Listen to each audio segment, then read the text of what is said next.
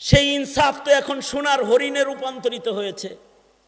ব্যক্তি জীবন থেকে শুরু করে রাষ্ট্র জীবন পর্যন্ত এখন ইনসাফ খুঁজে পাওয়া খুব মুশকিল, ঠিক না? কিন্তু আল্লাহর রসুলের দুলনাথ থেকে শুরু করে মৃত্যু পর্যন্ত ইনসাফের বাইরে কোনো কাজই নাই। যখন আল্লাহর রসুল কেবল জন্মাইছেন তখনও ইনসাফ করছেন, অর্থাৎ নবী শিশুকালেও ইনসাফ করেছেন, মরণের আগেও ইনসাফ করেছেন। আল্লাহু আকবার। মরণের আগেও নবী ইনসাফ করেছেন, কখনো নবীজি জুলুম করেন নাই। আল্লাহর রসুল নবী হযরত হালিমাতুস সাদিয়া নবী সরওয়ারে দু আলমকে জিজ্ঞাসা করে, বাবা মুহাম্মদ, আমি তোমার মা হালিমা তোমার কাছে একটা বিষয়ে জানতে চাই। কি বিষয় মা?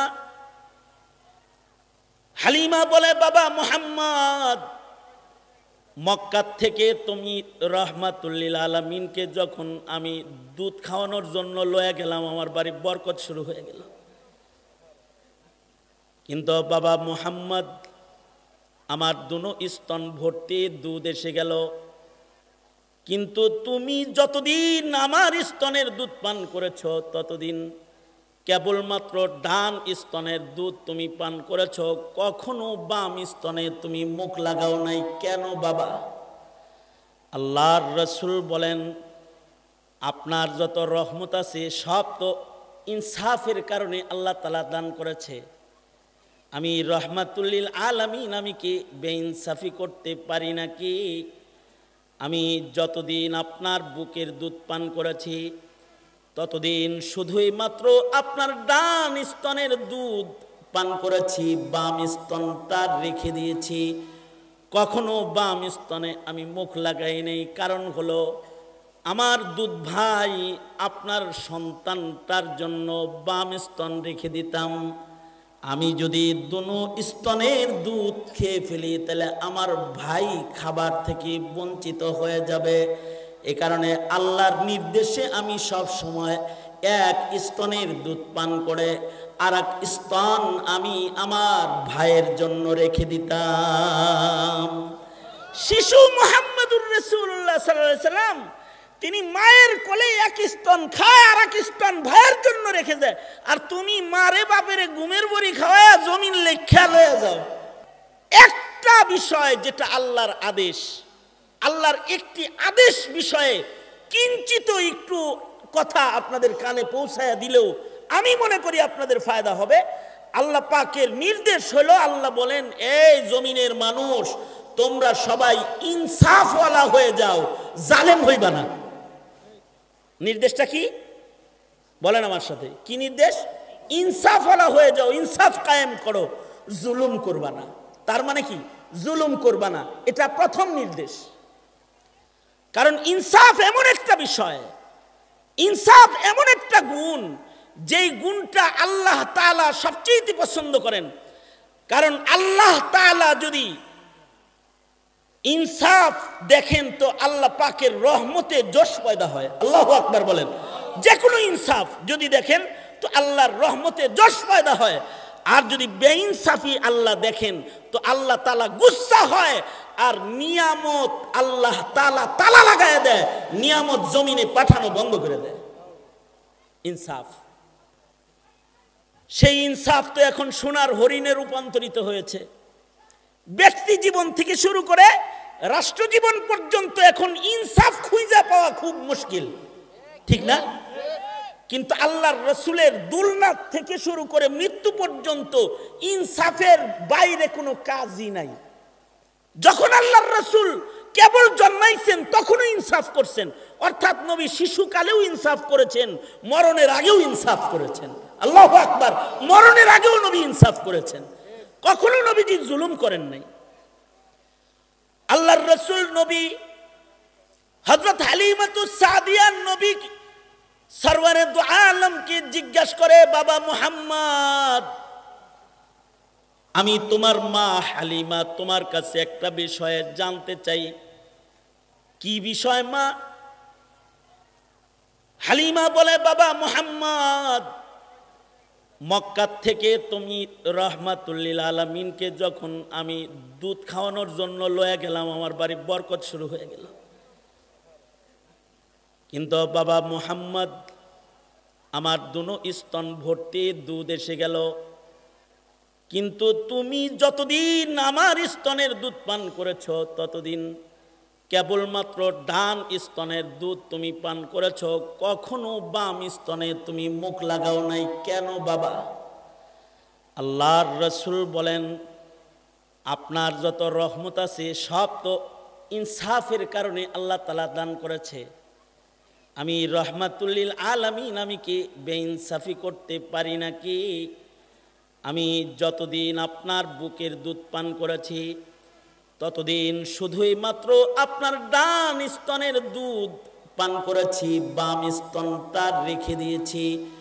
কখনো বাম স্তনে আমি মুখ লাগাই নেই। কারণ হলো আমার দুধ ভাই আপনার সন্তানটার জন্য বাম স্তন রেখে দিতাম। আমি যদি দুনো স্তনের দুধ খেয়ে ফেলি তাহলে আমার ভাই খাবার থেকে বঞ্চিত হয়ে যাবে।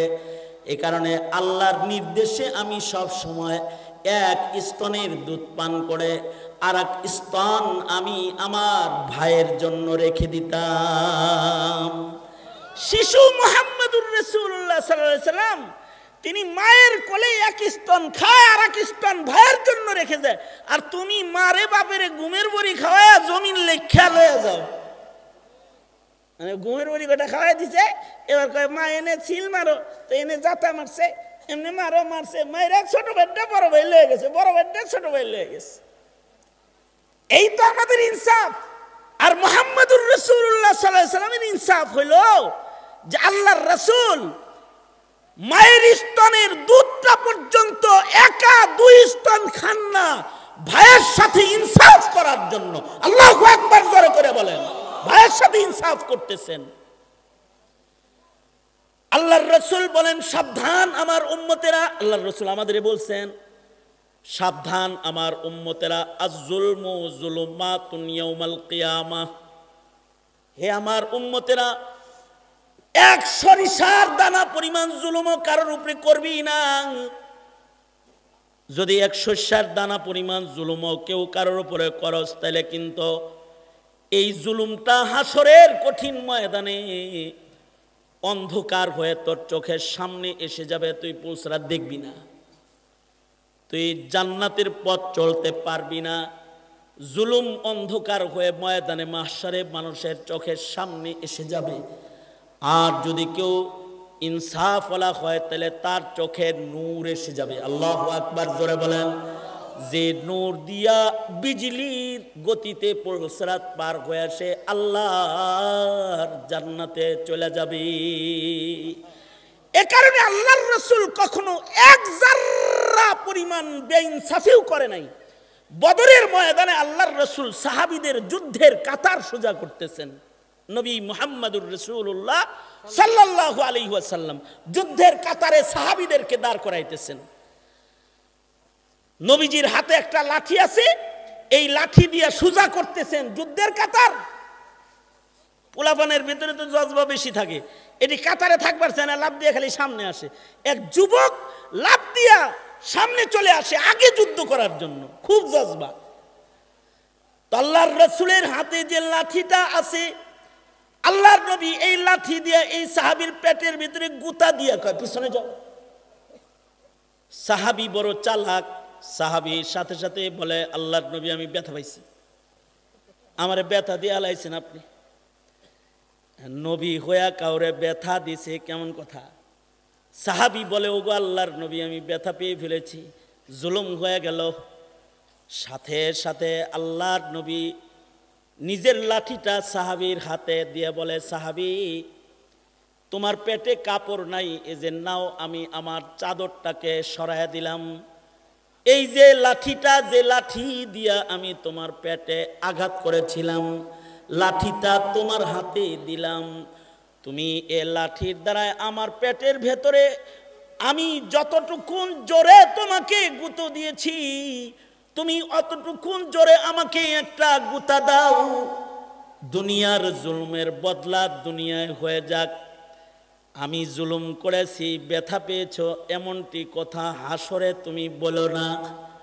আল্লাহর রসুল নিজের গায়ের জামা মোবারককে খুলে ফেললেন, খালি পেট করে দিলেন, লাঠিটা সাহাবীর হাতে দিলেন।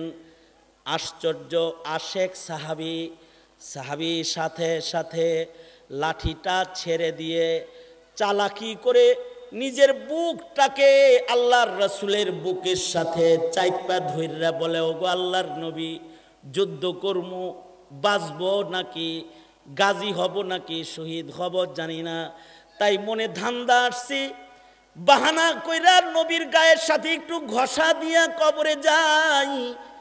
হাবিবি কিবরিয়ার দেহ মুবারকের সাথে আমার দেহের চামড়ার একটু সুয়াও যদি লাগা যায়, তাতেও হয়তোবা আল্লাহ তাআলা আমার দেহে কবরের আযাব দিবে না।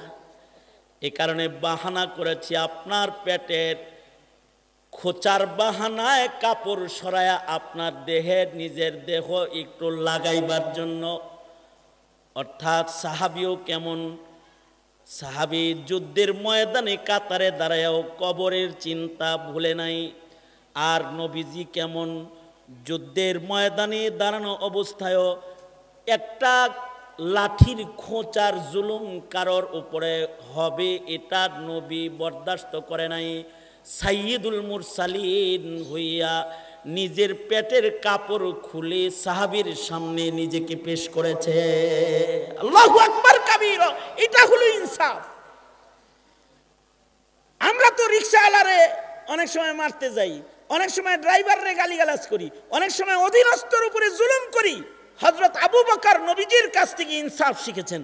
একবার হযরত আবু বকর নিজের গোলামের উপরে খেপে গেলেন।